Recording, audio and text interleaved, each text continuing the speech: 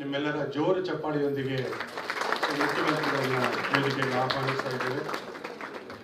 ಮಾನ್ಯ ಶ್ರೀ ಪಿ ಸಾಯಿನಾಥ್ ಇತಿಹಾಸವಿರುವಂತಹ ಕನ್ನಡ ಪತ್ರಿಕೋದ್ಯಮ ಇವತ್ತು ಯಾವ ರೀತಿಯಲ್ಲಿ ಏಳು ಬೀಳುಗಳನ್ನು ಸಾಗಿ ಹಾಗೂ ಉತ್ತುಂಗವನ್ನು ತಲುಪಿ ಇಲ್ಲಿಯವರೆಗೆ ಬಂದ ಫಲಾನುಭವಿಗಳನ್ನ ಸ್ವಾಗತ ಮಾಡ್ತಾ ಈ ಕಾರ್ಯಕ್ರಮವನ್ನು ಯಶಸ್ವಿ ನಡೆಸಿಕೊಡ್ಬೇಕಂತ ಹೇಳಿ ನಿಮ್ಮೆಲ್ಲರೂ ಕೇಳಿಕೊಂಡು ನನ್ನ ಸ್ವಾಗತವನ್ನು ಭಾಷಣವನ್ನು ಮುಗಿಸ್ತೀನಿ. ನಮಸ್ಕಾರ. ಇವರಿಗೆ ನಮ್ಮ ಮಾಧ್ಯಮ ಅಕಾಡೆಮಿಯ ಅಧ್ಯಕ್ಷರಾಗಿರ್ತಕ್ಕಂಥ ಆಯಿಷಾ ಖಾನ್ ಮೇಡಮ್ ಮತ್ತು ಪತ್ರಕರ್ತರ ಸಂಘದ ಅಧ್ಯಕ್ಷರಾಗಿರ್ತಕ್ಕಂಥ ಶಿವಾನಂದ್ ಸರ್ ಅವರು ಹೂಗುಚ್ಛವನ್ನು ನೀಡುವ ಮೂಲಕ ಸ್ವಾಗತ ಮಾಡ್ಕೋಬೇಕು ಕೇಳ್ಕೊಳ್ತೇನೆ.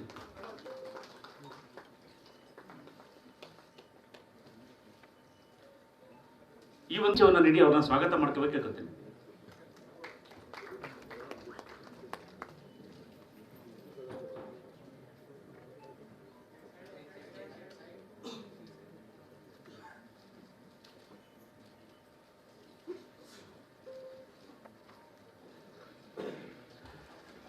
ಹರಡಿದಂತಹ ಈ ಪತ್ರಿಕೆ ಕರ್ನಾಟಕ ಪತ್ರಿಕಾ ಅಕಾಡೆಮಿಯಾಗಿ ಆರಂಭವಾದಂತಹ ಈ ಅಕಾಡೆಮಿ ಕನ್ನಡ ಪತ್ರಿಕೋದ್ಯಮ ದಿನವಾಗಿ ಆಚರಿಸಲ್ಪಡ್ತಾ ಇದೆ. ಸೊ ಇವತ್ತು ಈ ಕಾರ್ಯಕ್ರಮ ಏನು ಜರುಗ್ತಾ ಇದೆ, ಸೊ ಇವರೆಲ್ಲರಿಗೂ ಕೂಡ ವೇದಿಕೆಯಲ್ಲಿ ಆಸೀನರಾಗಿದ್ದಾರೆ. ಸೊ ಪತ್ರಿಕಾ ದಿನಾಚರಣೆ ಇಲ್ಲಿ ಬಂದಿರತಕ್ಕಂಥ ಎಲ್ಲರಿಗೂ ಕೂಡ ದಾಸರ ಪದಗಳು ಇಷ್ಟೇ ಅಲ್ಲ, ಕನಕದಾಸರ ಭಕ್ತಿ ಸಾರವನ್ನ ಕೂಡ ಕನ್ನಡದ ಎಲ್ಲೋ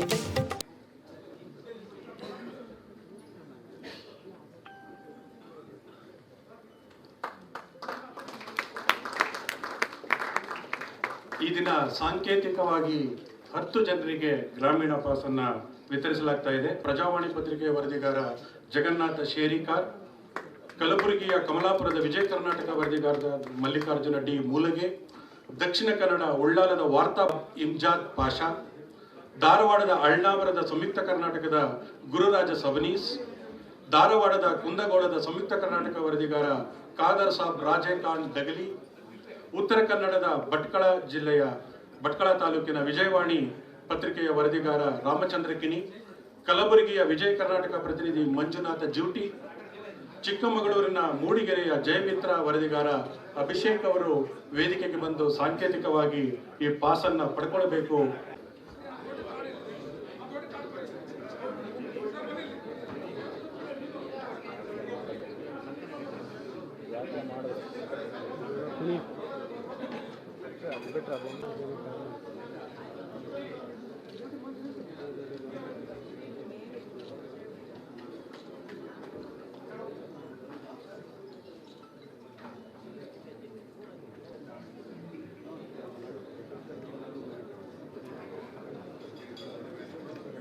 ಎಲ್ಲರಿಗೂ ವಂದನೆಗಳು.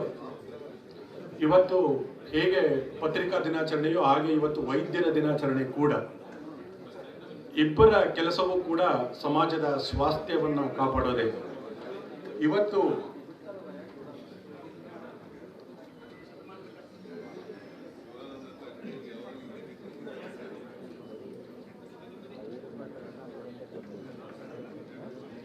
ನೇ ಸಾಲಿನ ಬಜೆಟ್ನಲ್ಲಿ ಮಾಧ್ಯಮ ಮಾನ್ಯತೆ ಹೊಂದಿರುವ ರಾಜ್ಯದ 2500 ಪತ್ರಕರ್ತರು ಹಾಗೂ ಅವರ ಅವಲಂಬಿತ ಕುಟುಂಬದ ಸದಸ್ಯರಿಗೆ 5 ಲಕ್ಷ ರೂವರೆಗಿನ ನಗದು ರಹಿತ ಚಿಕಿತ್ಸೆಗಾಗಿ ಮುಖ್ಯಮಂತ್ರಿಗಳ ಮಾಧ್ಯಮ ಸಂಜೀವಿನಿ ಯೋಜನೆಯನ್ನ ಅನುಷ್ಠಾನಗೊಳಿಸಲಾಗುವುದು ಅಂತ ಭಾಷಣದಲ್ಲಿ ಮಾನ್ಯ ಮುಖ್ಯಮಂತ್ರಿಗಳು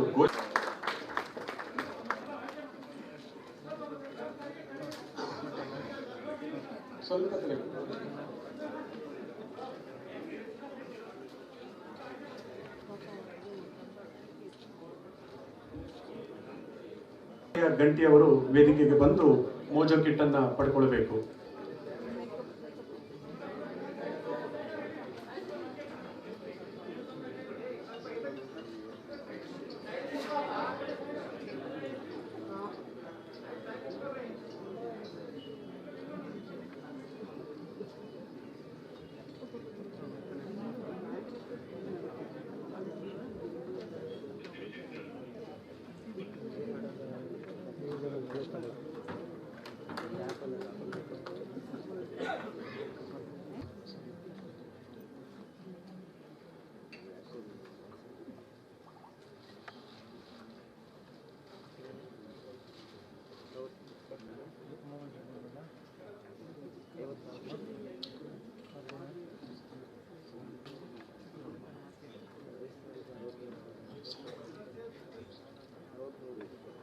ಕಳಿಸಿದ್ದೀನಿ